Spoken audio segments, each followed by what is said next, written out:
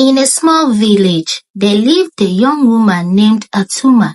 She was known for her striking beauty, with eyes as dark as the midnight sky. Her skin glowed even in the dark. But there was a shadow that followed Atuma everywhere she went, a curse that had plagued her since her childhood. She was a kleptomaniac.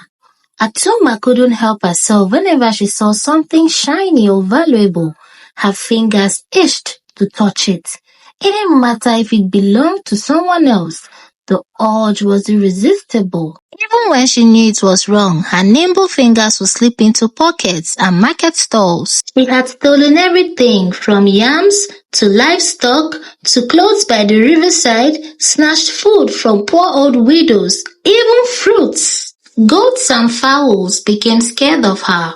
Whenever they see her coming, they would all run for their lives. On a lucky day, Atuma would go to the market and succeed.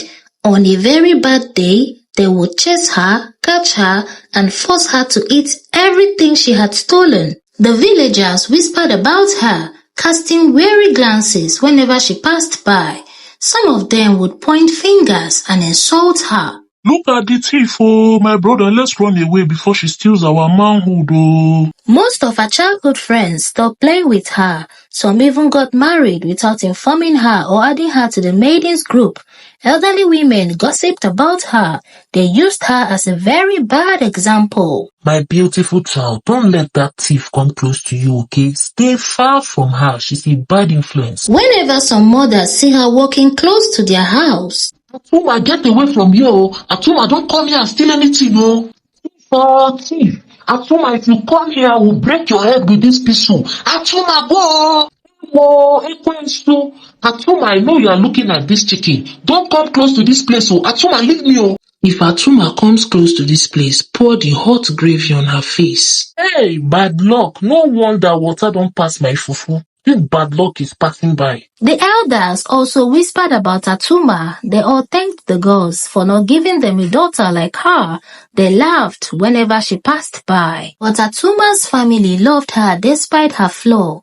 Her father, a wise man, believed there was more to her story. Her mother also believes her daughter has been cursed.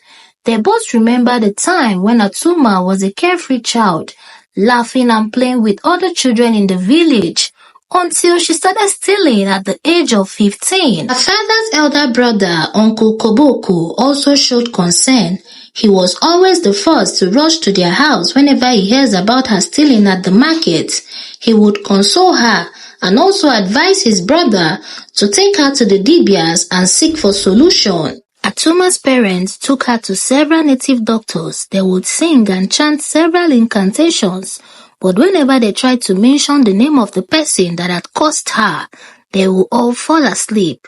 Some of them woke up days later and became dumb. Some never woke up again. This made Atuma very sad. Her parents would console her. She would sit around the house trying to withhold herself from going out, but the urge to steal would come. Atuma would go out stealing things she does not even need, and she would cry. The more she tried to hold herself, the more the urge kept coming. She would steal even things they had in the house. She would go to the river and steal clothes that were not even as good as the ones she had. Young ladies in the village kept talking about Atuma, and the young men avoided her like plague. But suitors came from neighboring villages, drawn by tales of Atuma's beauty. But as soon as they learned about her thieving ways, they fled. No one wanted to marry a woman with sticky fingers. But that was not the case of Obinna. Obinna was a handsome young man from Ukpa village, and he was determined to be with Atuma. Despite everything he has heard about her, he did not care. He journeyed to Atuma's village and he was lucky to meet her along the road. They had a very long talk and eventually became friends. That was how Obinna started visiting Atuma frequently, and they fell in love. Atuma, I love you so much, and I will do everything to be with you. I promise I will look for a solution, and you will be free again. I love you too, Obinna. And Obinna truly kept his promise. He journeyed to a distant village and he met with a very powerful Dibia. The Dibia gave him a very strong charm with instructions. Tell her to always put this under her clothes whenever she's going out, and she will never have the urge to steal again. So Obinna thanked the Dibia and he journeyed back to Atuma's village. He gave her the charm and Atuma went back home. As she sat in her room, she looked at the charm, wondering if it would work. So she decided to give it a try and she went to the market. To her surprise, she didn't have any urge to steal. She was so happy. Even the villagers were so shocked. The thief did not steal today, oh. We thank the gods, so. As Atuma returned back home, she looked at the charm, smiling.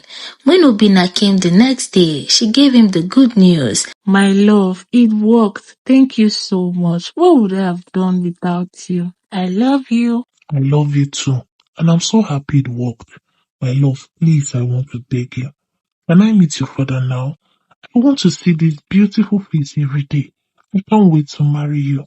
Please, my love, let me meet your father. So Atuma accepted and she informed her father that night. Her father was so happy. The following day, he informed his elder brother Uncle Koboko. They both fixed a date and invited Obinna and his people.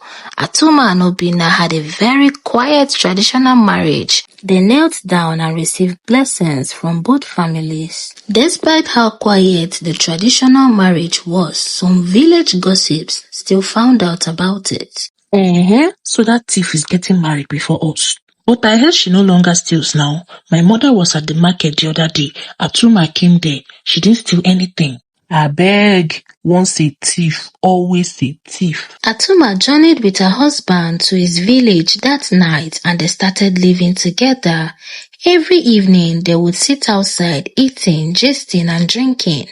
But few days later, Atuma started having strange dreams. Every night, she would see her father's brother, Uncle Koboko, laying beside her, touching her and trying to do funny things to her.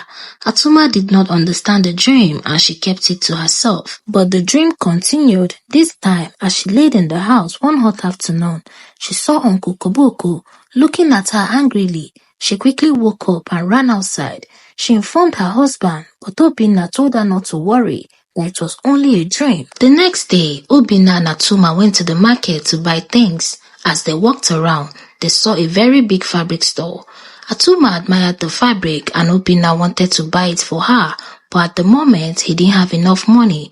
So when they got back home, he gave her some money and told her to go back and pick it up for herself. She thanked her husband and walked back to the market. As she approached the fabric store, she felt a strong urge to steal. She tried to hold herself, but the urge was so strong. Atuma sneaked into the store and grabbed the fabric. The owner of the shop shouted. She raised alarm and people started chasing Atuma. They eventually caught her. They beat her up, disgraced her and sent her home. When she got home that evening, her husband Obinna was so sad. He sat outside thinking and wondering what could have gone wrong. The next day, Atuma was still crying and Obinna consoled her. He told her that everything would be okay. He also convinced her to follow him to another village to meet a very strong Dibia.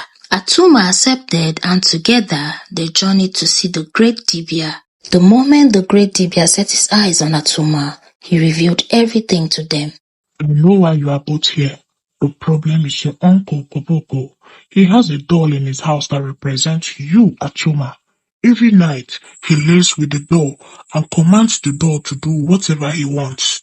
If you want your problem to end, go to his house, take a strand of his hair and the doll, burn it down, and that will be the end of your problem. Atuma and Obinna were so shocked. They thanked the great Dibia and they journeyed back home. They got back that evening and at midnight, Atuma journeyed to her own village, just like the great Dibia had instructed her to go alone. As she approached her uncle's hut, her heart was pounding in fear, but she summoned the courage and with the help of the gods, she took the doll and a strand of his hair, and Atuma started running as fast as she could to her father's house. When she got there, she informed her parents and they were so shocked. Together, they burnt down the doll and the strand of hair. 30 minutes later, Uncle Koboko woke up. He was so scared when he woke up and couldn't find the door. He knew someone was going to expose him.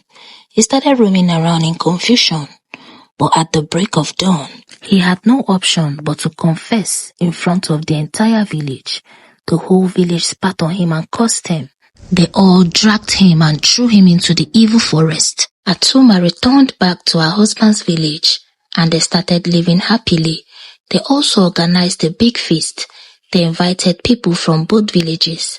They all ate and rejoiced. Atuma and Obinna lived happily and they bore so many children.